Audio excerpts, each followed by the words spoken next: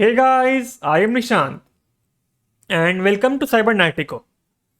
So, in this video, let's learn about Chrome developer tools or developer tools to be specific. So, what is a developer tool that we see here? So, it's a tool that can help us debug our application efficiently. It has tabs like elements, console, network, sources, and all, which basically controls the whole application on your browser. Like for example, this application that I've created before, long ago. So let's learn what are these tabs here and what each of them does. So our first tab is this element tab. So this element tab contains all our code that we have added for the web app or the website or the application or PWA. So let me show you what is this first. So you see this, all this head body we have, it's in HTML, you know that. So all of these things that you see here is inside the elements, like this bold text, this username, description, rate more button, this button and all. So let's target this thing first, amazing web app boss, this title. So to open the dev tools, you can do couple of things. First is press Ctrl Shift I on the keyboard. It will open up. Second is print Ctrl Shift J. It will open up. But this will be console, not elements tab. If you press Ctrl Shift I, this will be elements tab, the first tab in the dev tools, like this. Okay, so fine. So one more method is to inspect. So if you right click on the app, click inspect, this will be opened up here. So now let's jump into the functionalities of this elements tab. So first let's inspect this thing. Let's say this h1 title or whatever this is. Click and inspect. You can do this, or you can use this icon here of selection. Select an element in the page to inspect it, to check it. Click, and if you hover them, it will show you the class and the element. Like this is a p tag and it says amazing web app boss. The class is block title, and you will see on the right side on the console, I mean in the element, it will be highlighted in the blue color. This, you see this, it will be highlighted like this. If you hover another one, like say this span tags container, this will be hovered like this and this. So let me hover and click this. So if you click this, this will be highlighted here. Like this P has a class of block title and this title of amazing web app boss. Fine. So this was the first thing here that we can do. So you can change the class name or the text of the tag. If you remove it, this will be blank. Or let's say you want to add something directly from here. So let me select it once more, but we cannot select it. So click it, or let's say edit as HTML. So place your cursor inside and add hello world. Enter, and you will not get anything because it's inside this. Okay, so let me try it again. Click this, select this. Let's say you want to edit this as hello world. Enter, and now it's hello world here. The same thing is with the class names. If you double click the class, you can just delete it or change the class name. So bring it back. So first, if you just select the class, it will be selected inside this styles tab. So it will show you the classes or the elements that it is using, like hello, like color, font size, font weight and all. So if you remove any or untick any color or anything here, so let's untick color. You will see it will change. Untick font size, it will be smaller. Click font weight like this and it will be removed from here. You can change the class name. So let's say you want something like hello text. If you just click anywhere, it will be here. Now hello world is smaller. So to add the styling here, double click and copy, and if you can add the class here, it will say, or just filter it. Remove P. Let me remove P and say font size. Let's say 15 pixel. Okay, it will not work. Why? So let me remove this and click it. Hello text. It's inspector. Okay. So let me add a class name directly here in P. So click plus and it will be here in the P. So if we add a class here, so say class,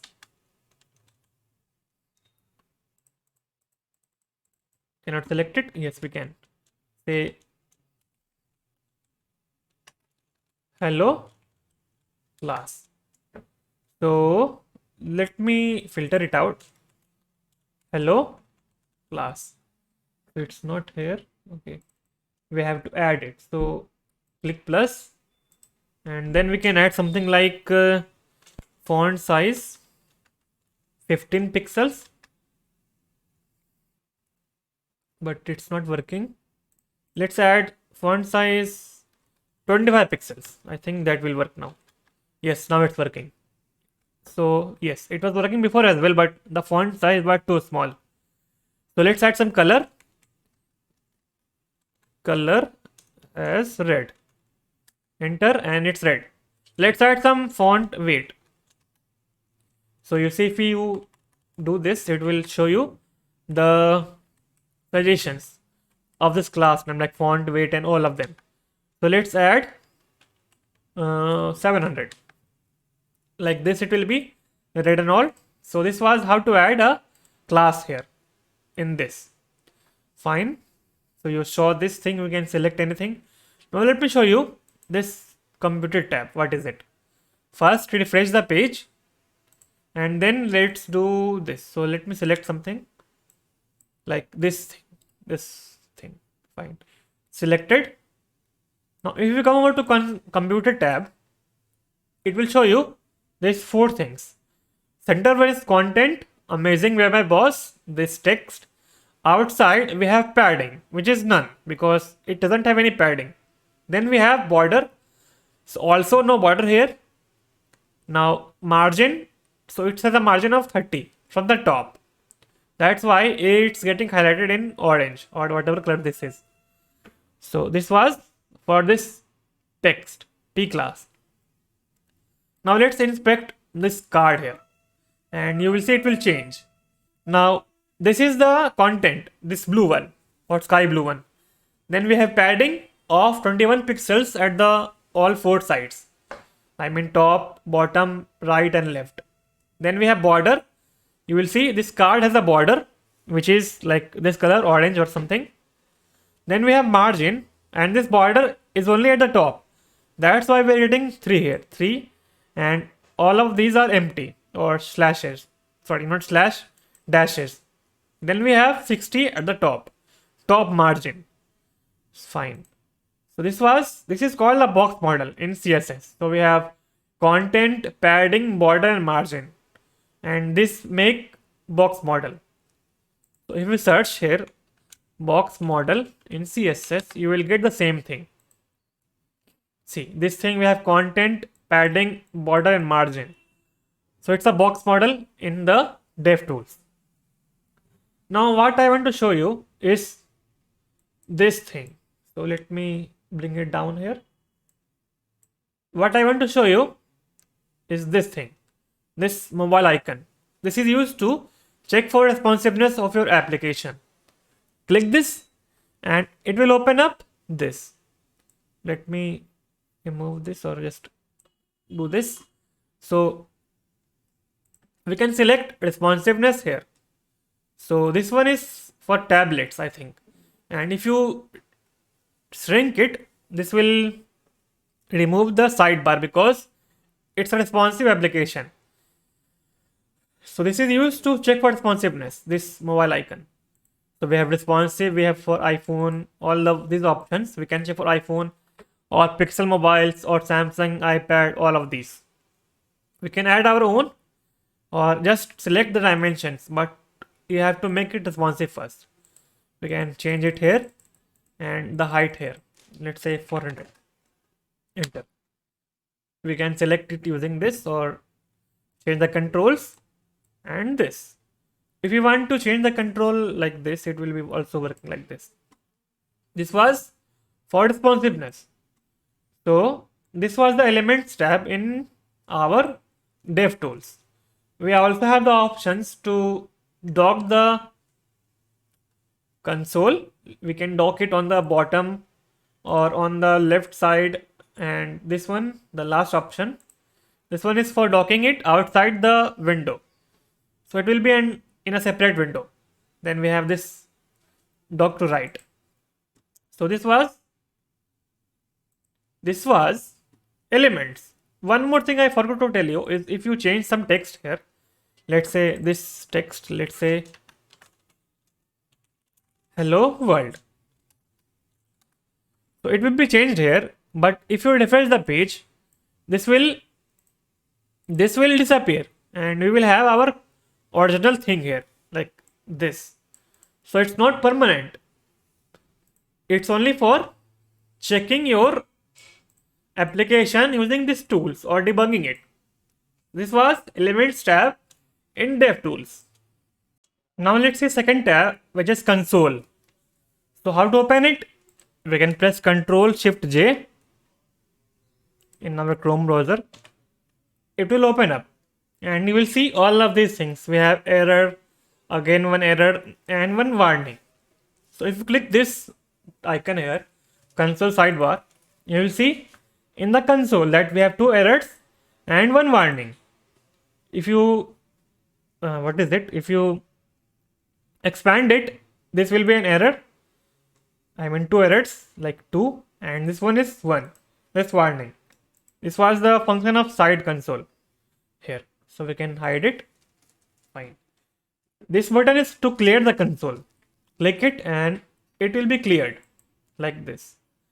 So now we have this area where we can type anything. So let's say console.log. Let's say hello. So we can do this here and we will see hello here in the output. We can also control this from here as well. So console.log hello again. Now save. This will be hello again like this. So we have different options for consoles like console.error, and here we can print this is an error. Save, and we will have an error here in red background. Then let's print console.log, not log, sorry, warn message, which will be yellow, like this yellow. Here we can say this is a warning. So save, and we will see this. This is a warning. We can do all of these from here as well. So place it or paste it here. Enter. Hello again. This is an error and this is a warning. Fine. So clear it again and save it once more to get it from here.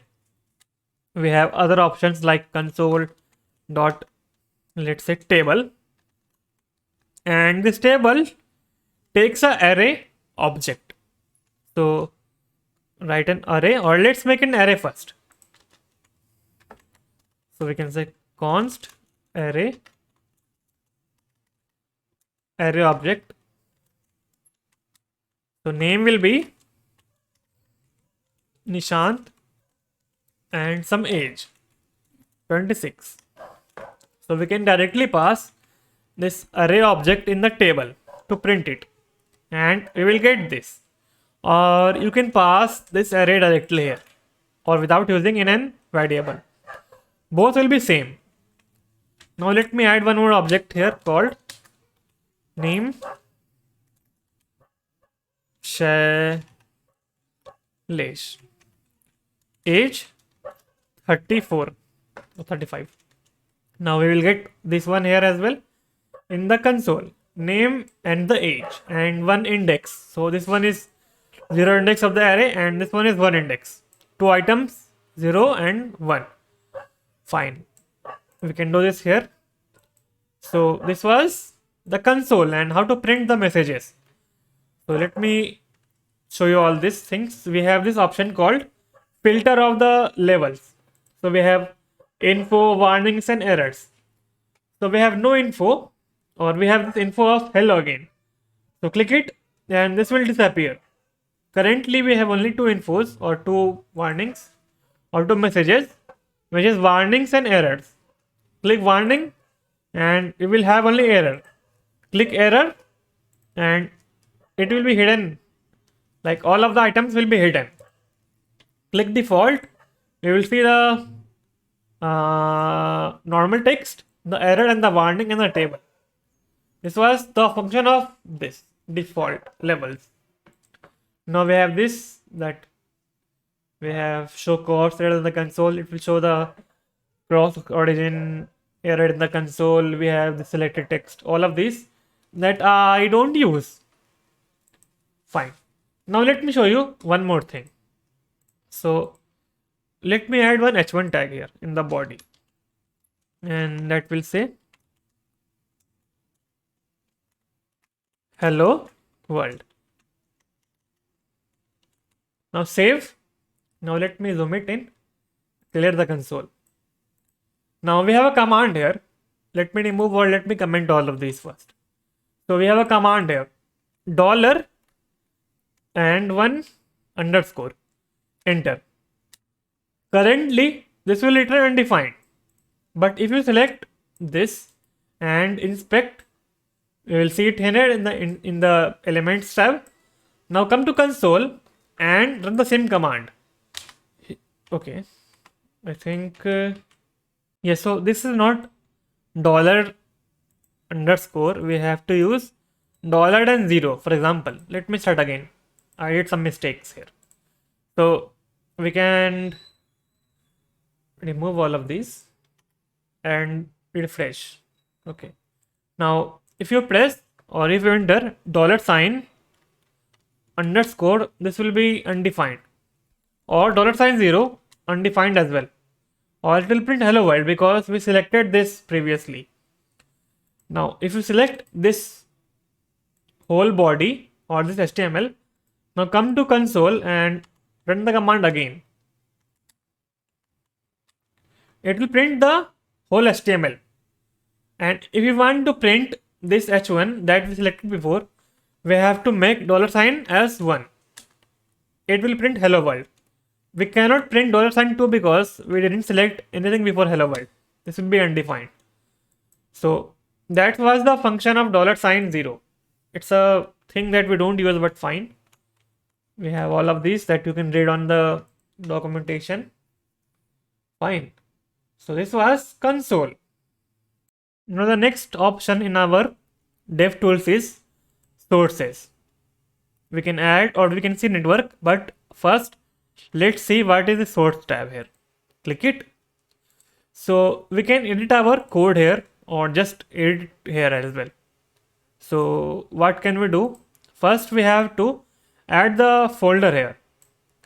So you can drag and drop the folder here in the workspace. So create a workspace or simply add a folder.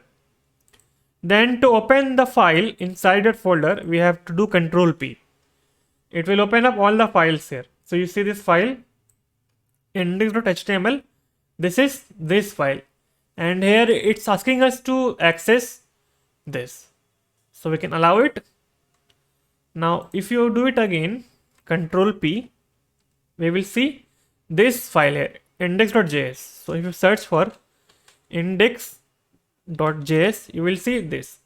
This one is for this file that's running here in the live server, but this one is here. So if you remove the code and open and save this, then let's open this one. You will see empty thing. So if you type anything in here, it will be reflected here. So you can do console.log, let's say hello, save, and it will be here. And if you type something in here, let's say console not log by, or let's say good by, then save this, it will reflect here in the VS Code. Fine. So this was the sources tab, the first function here. So you can save this and write anything here. Then we have commands, let's say Control Shift P, and we will all of these like show console, show application, show elements, layers, lighthouse, and all. This is for the whole graph tools. For example, if you click show console, it will open the console, and you will see all these two things here in the console. Same as we have application, it will open the applications tab. See, or local storage, session storage, and index and cookies. So this was the function of this, and this was how we add and edit the files like snippets. Now let's see how to add breakpoints in our sources to debug the code. So let's open this file first, index.js from DevTools folder. We have this code that increments the count. So let me show you. Click increment. You will see 1, 2, 3, 4, 5, 6, and so on. So this is the button that increments our count. So let me remove hello world from here first. Save. We will have increment button that we can now zoom in. Open sources. So we have to add the breakpoints. So you see we have all the lines here on the left, 4, 5, 6, 7, that has some code. So let's add a breakpoint at line number 5 where we are incrementing the number. So click it at the left, at the left chip, and this is the, wait a second, yes, let me refresh. Now click it, and yes, so this is the starting breakpoint and this one is ending breakpoint now. So this will start from here and end at here. So now if you like resize this, let me resize this or click this, it will be resized. And in the breakpoints tab here, you see we have all the tabs.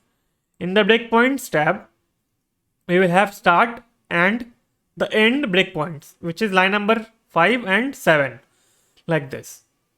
So now let's run it, or let's click increment button and see what happens. Let me do this. Now click increment.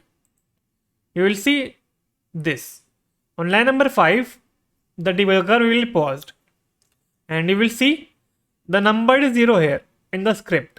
Num is 0 because initially it's 0 and it's starting from here. Then click it again on this button of plus, resume script execution, or here, and it will now on the 7th line, the ending breakpoint.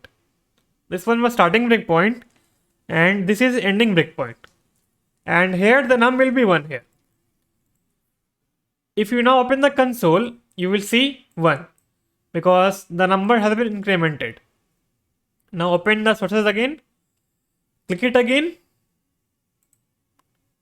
and we will have this on the index.5 index.js breakpoint. So this, so click increment now. You will see 1 here because now the number is 1. It was 0 before, now it's 1. So the last value is now the first value. Now click it again on this in resume button. Now you will see 2 because it's incrementing. So this was how we add breakpoints. Now let's check this call stack. So let me resume again from the start. So we have no call stack and the app is not running, I mean our function. So click increment here. In the call stack, this will be moved, this line number 5, and it will increment the number. So you know how call stack works. The code moves in and then it moves out after execution. So now click on this resume button and you will have index.js 7 because it's now ending. The snippet is now ending. So this is what we have in call stack and the number is now 3. So we have breakpoints and call stack here, that is important. Click it again and this will be moved outside and call stack will be empty. See, it's empty, nothing is inside this. So this was how we use breakpoints in our app. To clear the breakpoints, simply click at the place that you have added breakpoints and it will be cleared. Now we won't get the call stack and breakpoints here. It will be empty, no breakpoints and not paused. This was the breakpoints in sources tab and how we use it. And the next up is our network tab. So first let me just resize all of these, or I think this will work. We can clear it and then save. So also we can remove the button from here to make it a blank page. Now the next one is called our networks tab. And this one is used to catch network requests like API calls and all. So if we can also manage, or we can also slow our network requests using these presets like fast 3G, slow 3G, offline or no throttling. Fine. So let's see how it works. We can use this call or catch an API request.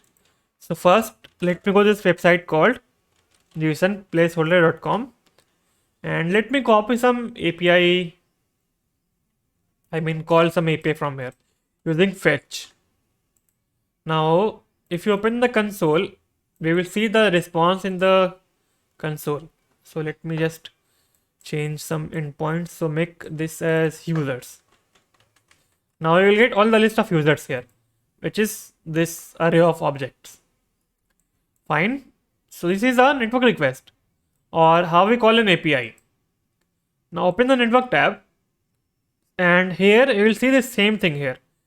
So the type is fetch, we have the size 2.5, we have this waterfall, all the requests sent, all the metrics that we have, like how we call the API and how much time it took.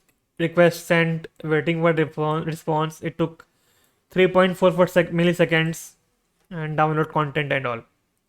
So this is the API call. We have headers here in the request, we have preview, we have response, initiator. That's this initiator is this HTML file. Inside the file we have script tag linked, and then we are calling the API on line number 1. Then we have timing. So that same thing we have here, which is this. So if we close, this is the timing.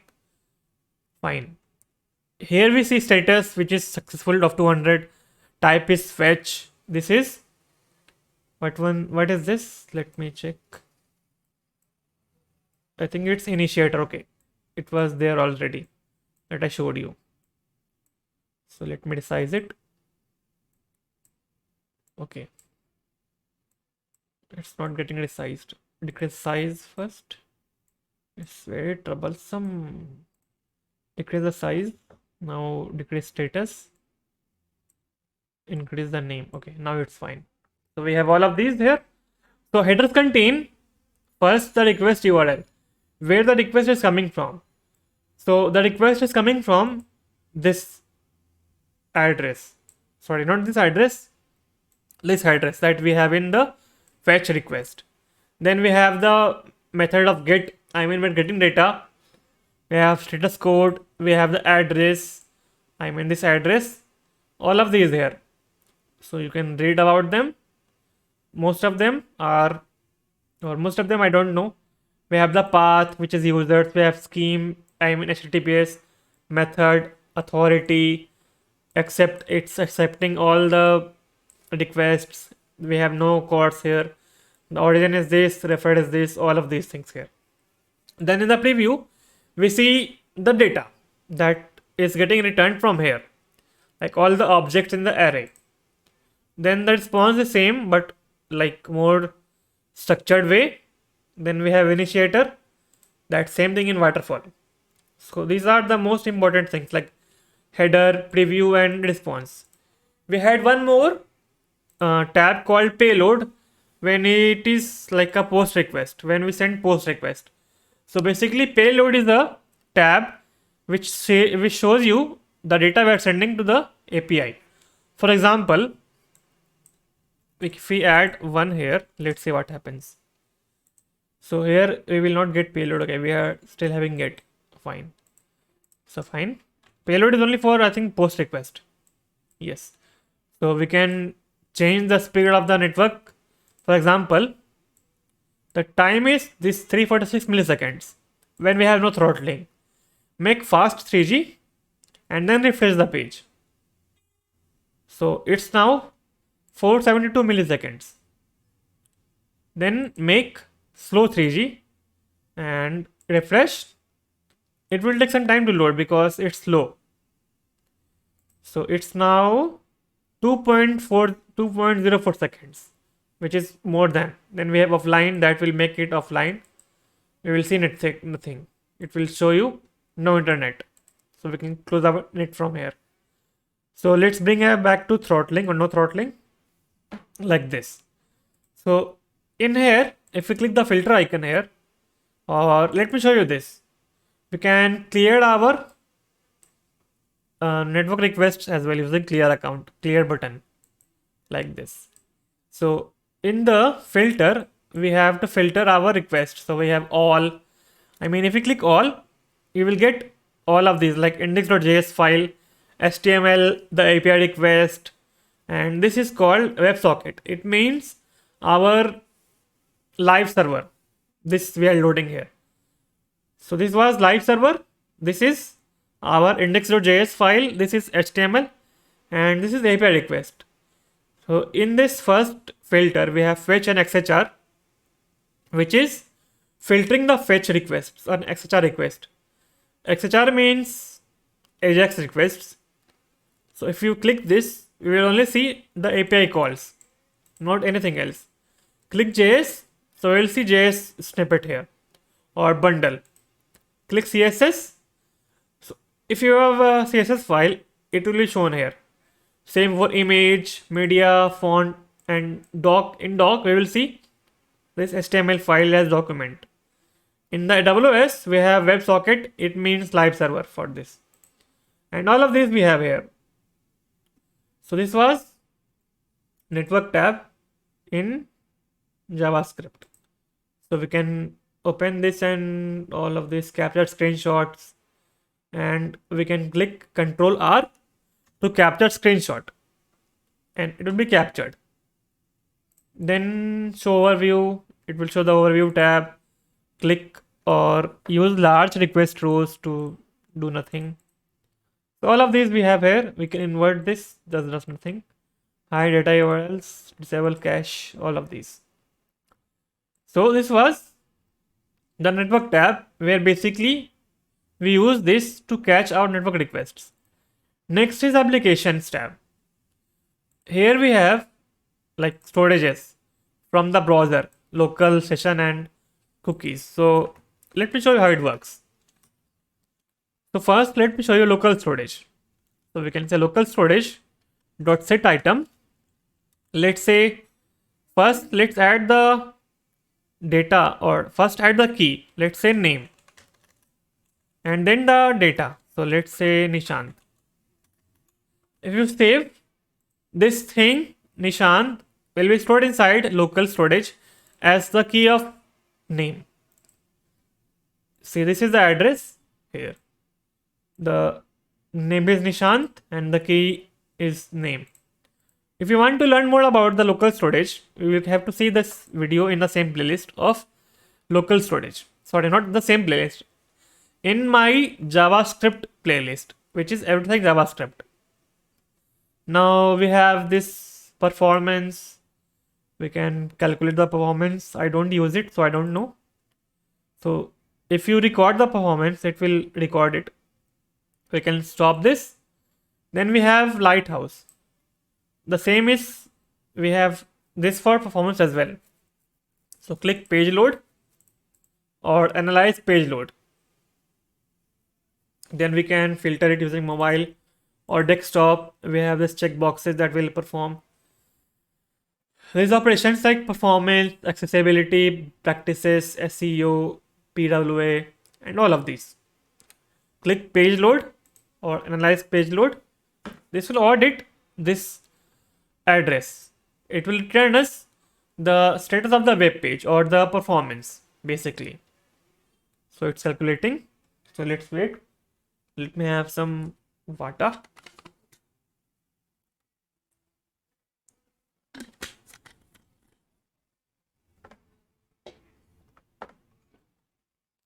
It will analyze your whole web page here.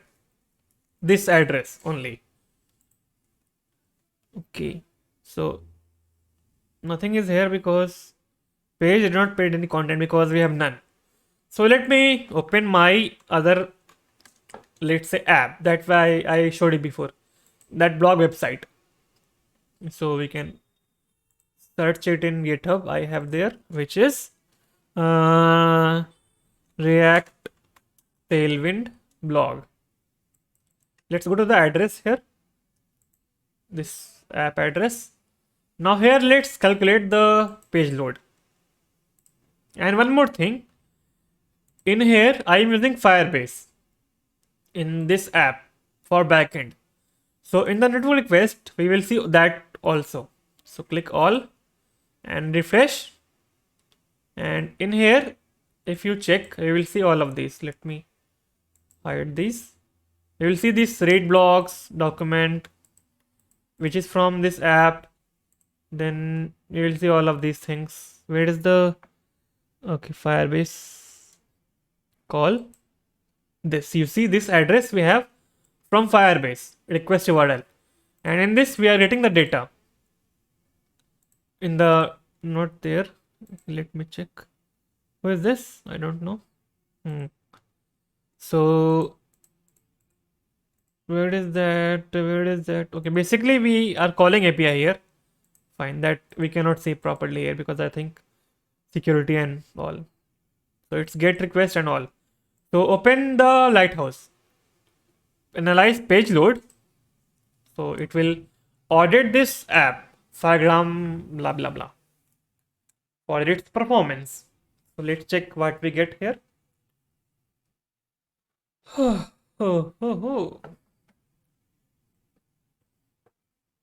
It's creating the audit file, or it's auditing. Make sure to like my video also and subscribe to my channel for all the videos here. I mean, for the great videos, or for some that's not great. All right, taking too much time. I have to cut the part from the video, I think. So here we are seeing the performance, accessibility, practices, and SEO, WPWA. And in the performance, you will see this red, yellow, and green. Green means green flag, yellow means yellow flag, and red flag we have. So we will see the problems here. So first, colorful paint, I mean when the page loads, it takes 1 second. Then time to be interactive, when we have to interact the page with the page, it takes 1.4 seconds. I mean this is the time it takes to make the website or web app interactive. And we have all of these here, that is here. Then we are seeing opportunities to improve the app, like reduced JavaScript code or snippets. We can minify this, we can remove unused CSS. Then we have to diagnose, like these are the red flags, like image elements do not have width and height. For example, this image, we can add width and height to improve this performance, and all of these, like here you can see. Then we have accessibility, like it says image doesn't have alt tabs or alt attributes. Background and foreground colors are not sufficient contrast radio and all of these things in this Lighthouse. Then I think we have covered all of them, or the most important ones. We have this ad block, so it's block ads, it blocks ads. Then I think we have memory. I don't know what this does, so let's leave it. And I have covered the important tools here in Chrome developer tools that we mostly use and that can help us debug our application effortlessly and efficiently. So like this video and please subscribe to my channel. Thank you so much for watching.